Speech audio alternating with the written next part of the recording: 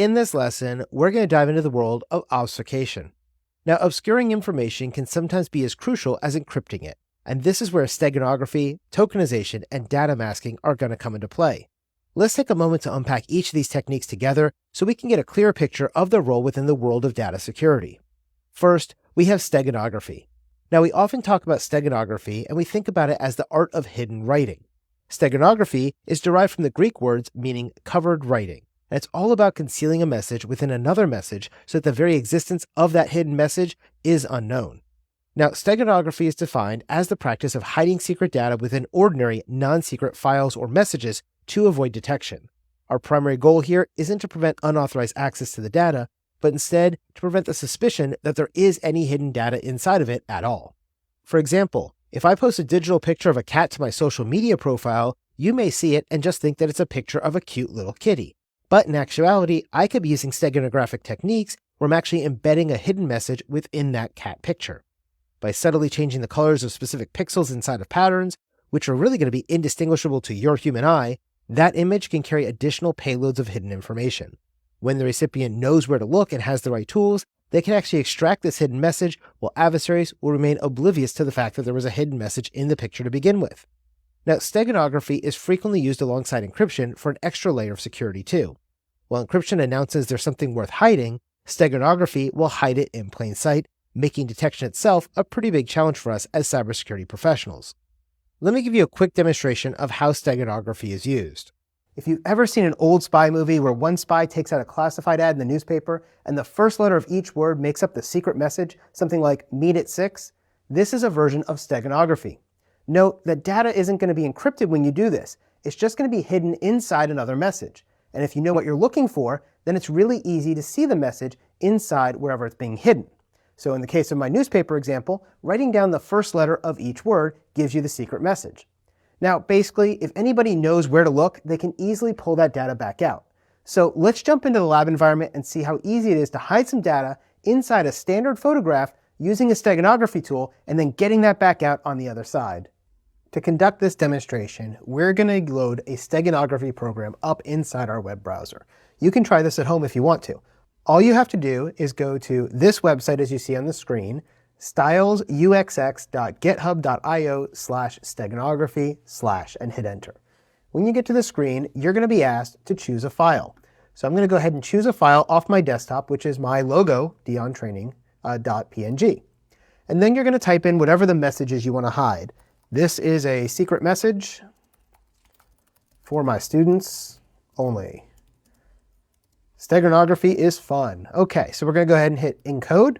And when you do that, you'll see what your binary representation of your message is. You'll see the original you had. You'll see the normalized version of it. And notice these logos all look the exact same. And then you'll have the hidden message version. If you right-click that and save it, you can go ahead and save it to your desktop. And I'm going to do it as a Dion Training message.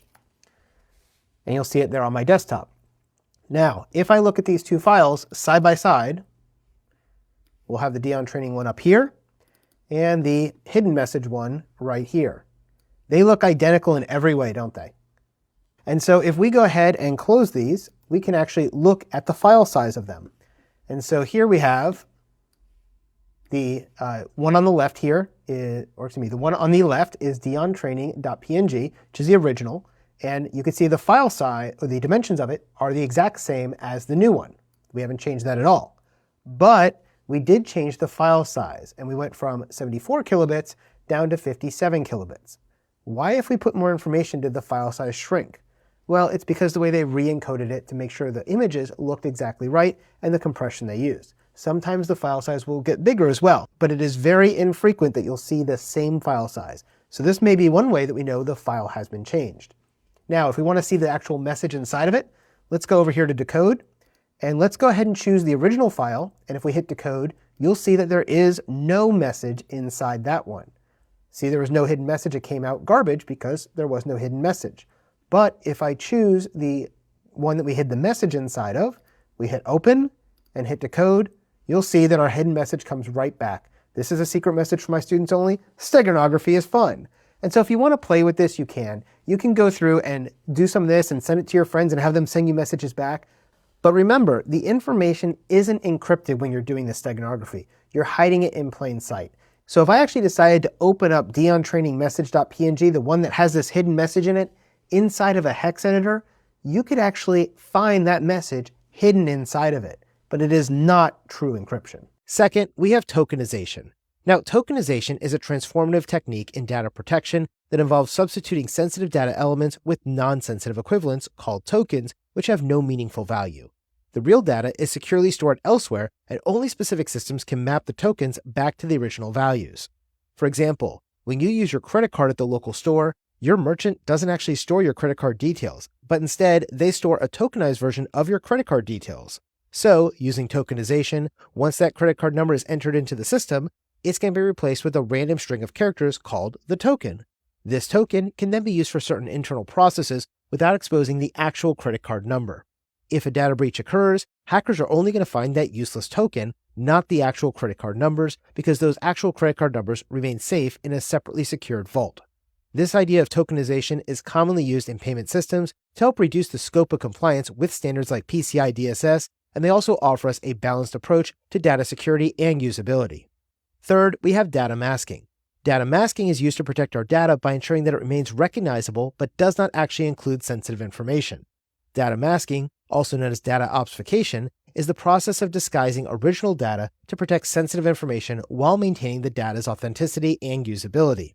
For example, let's pretend that you're working for a software development company that wants to test out new features. Developers need realistic data to work with, but using actual customer information in a testing environment can be pretty risky. So instead, they're going to use data masking to replace the company's real customer names with fictional but realistic sounding ones. Or their customer addresses might be altered slightly so they don't point to real locations. This way, the data looks and feels right for testing purposes, but it doesn't actually expose any genuine information. By creating a sanitized version of their datasets, businesses are able to reduce the risk of a data breach in non-production environments.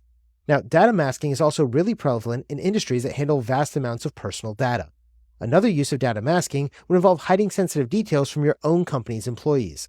For example, if you contact our student support team to ask them about an exam voucher you purchased, they can look up your name and your email to identify you, and then they may ask for the last 4 digits of your credit card that you used to make that purchase. This is because our systems are designed so that the first 12 digits of the credit card are going to be masked so our employees can't see it. Instead, they can only read the last 4 digits as a way to identify the payment method that you used when you bought our products. Similarly, many doctors' offices will mask the first 5 digits of your 9-digit social security number here in the United States, and they'll identify you using just the last 4 digits of your social security number. So remember, obfuscation techniques like steganography, tokenization, and data masking are all invaluable tools in the data security toolkit. Steganography is the practice of hiding secret data within an ordinary, non-secret file or message to avoid detection and to ensure the very existence of that message remains concealed. Tokenization is going to involve substituting sensitive data elements with non-sensitive data equivalents called tokens, which have no intrinsic or exploitable meaning. Data masking, or data obfuscation, is the process of disguising original data to protect sensitive information while maintaining its authenticity and usability for a specific purpose.